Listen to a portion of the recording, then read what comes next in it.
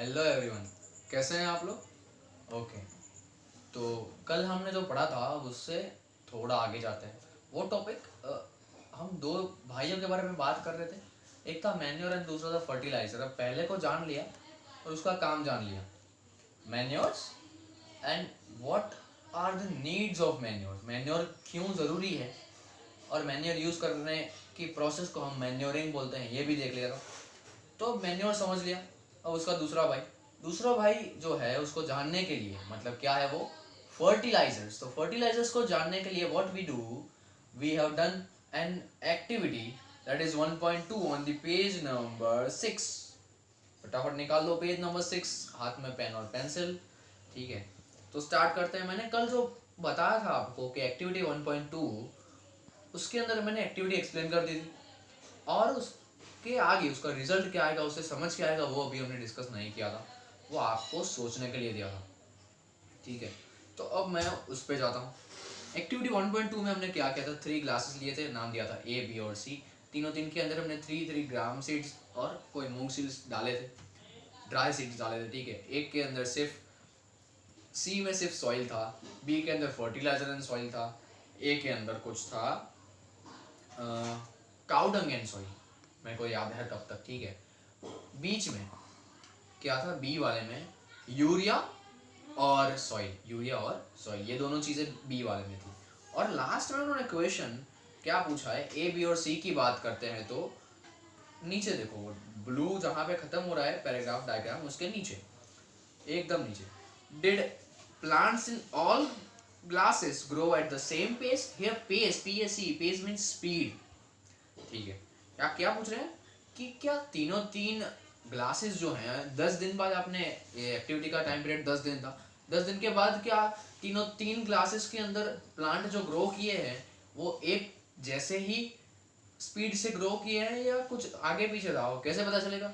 तो ग्रोथ कितना हुआ है उससे पता चलेगा। ओके, तो next question, which glass showed better growth of plants. कौन से ग्लास में बेटर ग्रोथ हुआ? In which glass was the growth fastest, किसमें ज्यादा जल्दी कम टाइम में ज्यादा ग्रोथ हुआ। ओके, पिक्चर के अंदर देखो, मेरे को लगता है तब तक सबसे ज्यादा ग्रोथ बी में हुआ होना चाहिए। ऐसा क्यों मेरे को लगता है? क्योंकि बी के अंदर हमने डाला था सॉइल और urea.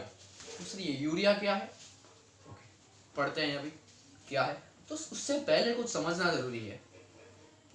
What is fertiliser? Fertilizers are chemicals which are rich in a particular nutrient.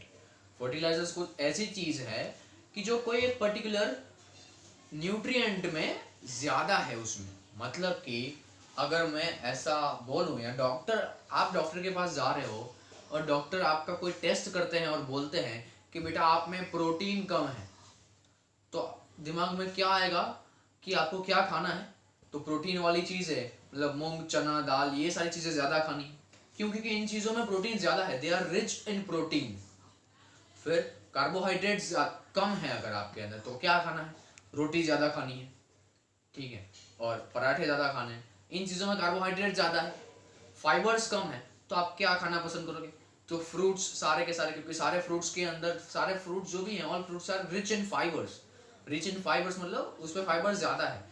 तो क्या होता है कि कोई भी फार्मर सबसे पहले अपना जो सॉइल है उसका टेस्ट करवाता है, और उस टेस्ट में उसको पता चलता है कि मेरा जो सॉइल है उसके अंदर कौन सा न्यूट्रिएंट कम है। ओके, कौन सा न्यूट्रिएंट कम है, तो वो जो भी न्यूट्रिएंट कम हो उसके हिसाब से वो फर्टिलाइजर्स चूज करता है जो कि सॉइल का फर्टिलिटी इंप्रूव करता है। ठीक है, कोई पर्टिकुलर न्यूट्रिएंट सॉइल का कम है तो उसी न्यूट्रिएंट वाला फर्टिलाइजर यूज करेगा फार्मर और उसको डालेगा।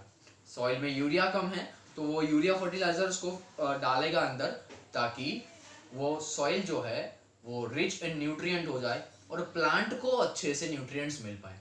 ठीक है, तो अब जो पैराग्राफ है वो उसका फर्स्ट लाइन आपको अंडरलाइन कर देना है। What is fertilisers? Fertilisers are chemicals, chemical form में होते हैं। Fertilisers are chemicals which are rich in a particular nutrient. How are they different from manure? Manures अलग कैसे हैं? Manures आपके सॉइल का क्वालिटी बढ़ाते हैं। मैन्योर डालने के लिए, मैन्योर डालने ही होते हैं, मैन्योर डालने के लिए सॉइल को चेक करना जरूरी नहीं है। ठीक है, तो फर्टिलाइजर्स में सॉइल को चेक करना जरूरी है। Fertilisers are chemicals which are rich in particular nutrient, how they are different from manures वो हम आगे देखेंगे। Fertilisers are produced in factories, ये एक डिफरेंस है कि फैक्ट्रीज में हम बनाते हैं इंसान। Some example of fertilisers are, first is urea जो कि हमने यूज किया था, ammonium sulphate, sulphur super phosphate, potash, NPK, ठीक है, ये सारे फर्टिलाइजर्स हैं। क्या है ये सारे फर्टिलाइजर्स हैं। The use of fertilisers has helped farmers to get better yields of crops such as wheat, paddy, maize, ये सारे जो भी प्लांट्स हैं उसके लिए बेटर यील्ड्स चाहिए हमको, ताकि जब वो हम तक पहुंचते हैं तो हमको उसमें से जो न्यूट्रिएंट्स चाहिए वो अच्छे से मिल पाए।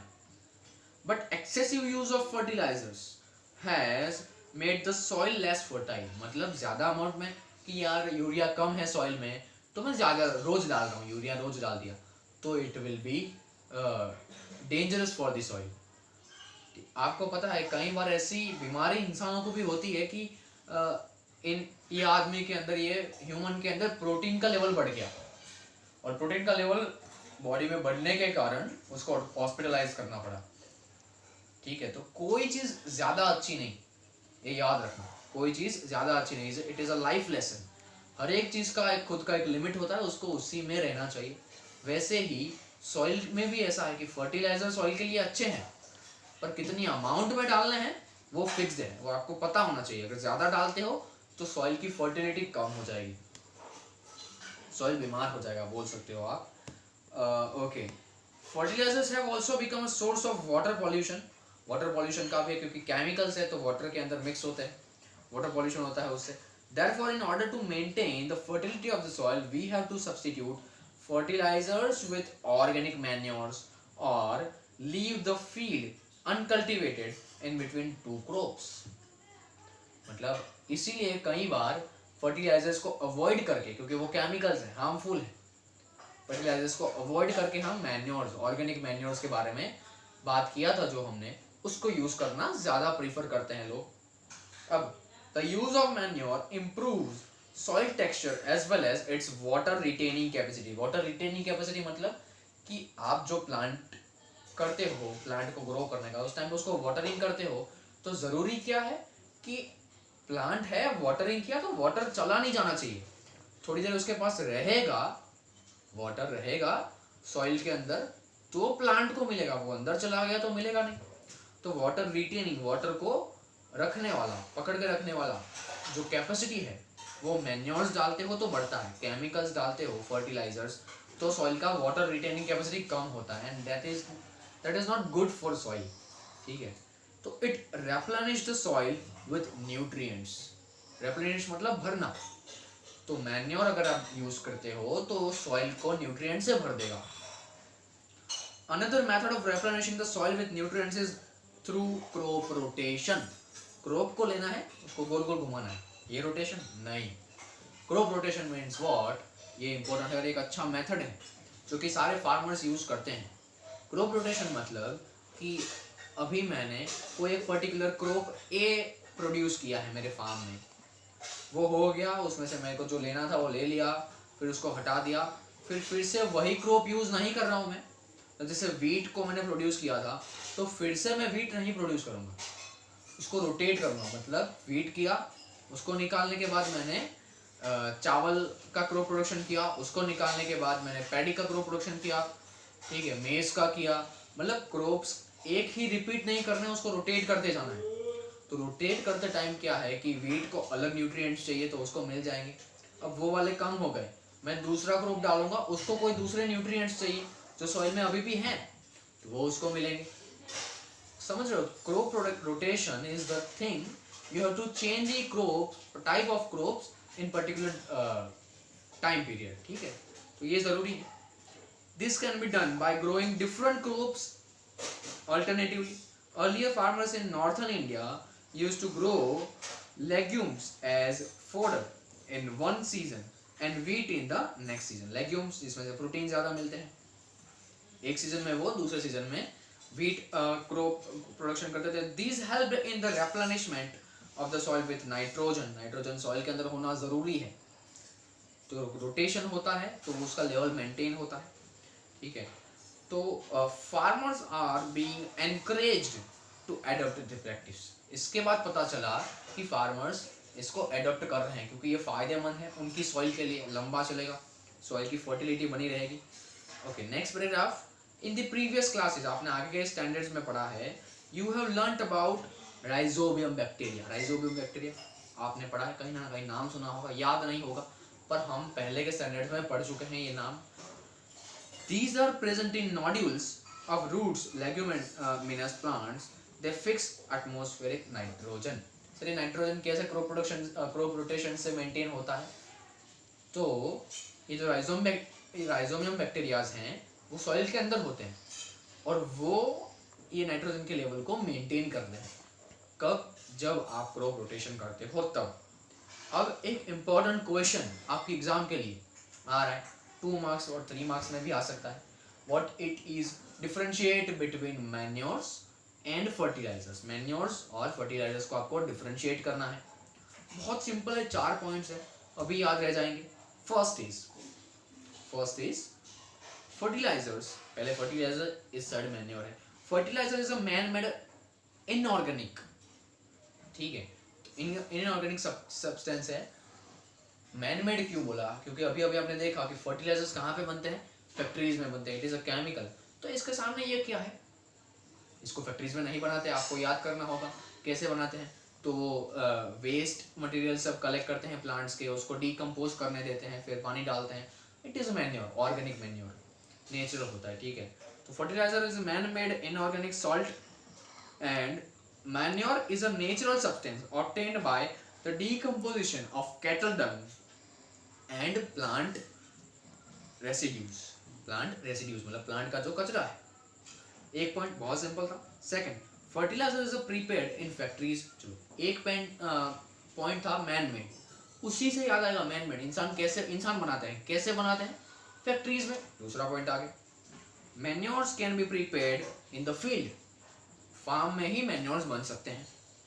Third, fertiliser does not provide any humus to the soil. Fertilisers क्या है? केमिकल्स हैं। सॉइल के अंदर ह्यूमस चाहिए, ह्यूमस होना चाहिए, तो प्लांट को पर्टिकुलर एटमॉस्फेयर टेम्परेचर मिल पाएगा। तो फर्टिलाइजर्स तो केमिकल्स है, वो प्रोवाइड नहीं करेंगे। Manures provide a lot of humus, human नहीं, humus, HUMUS to the soil. Third point. And fourth, fertilisers are very rich in plant nutrients like nitrogen, phosphorus, potassium.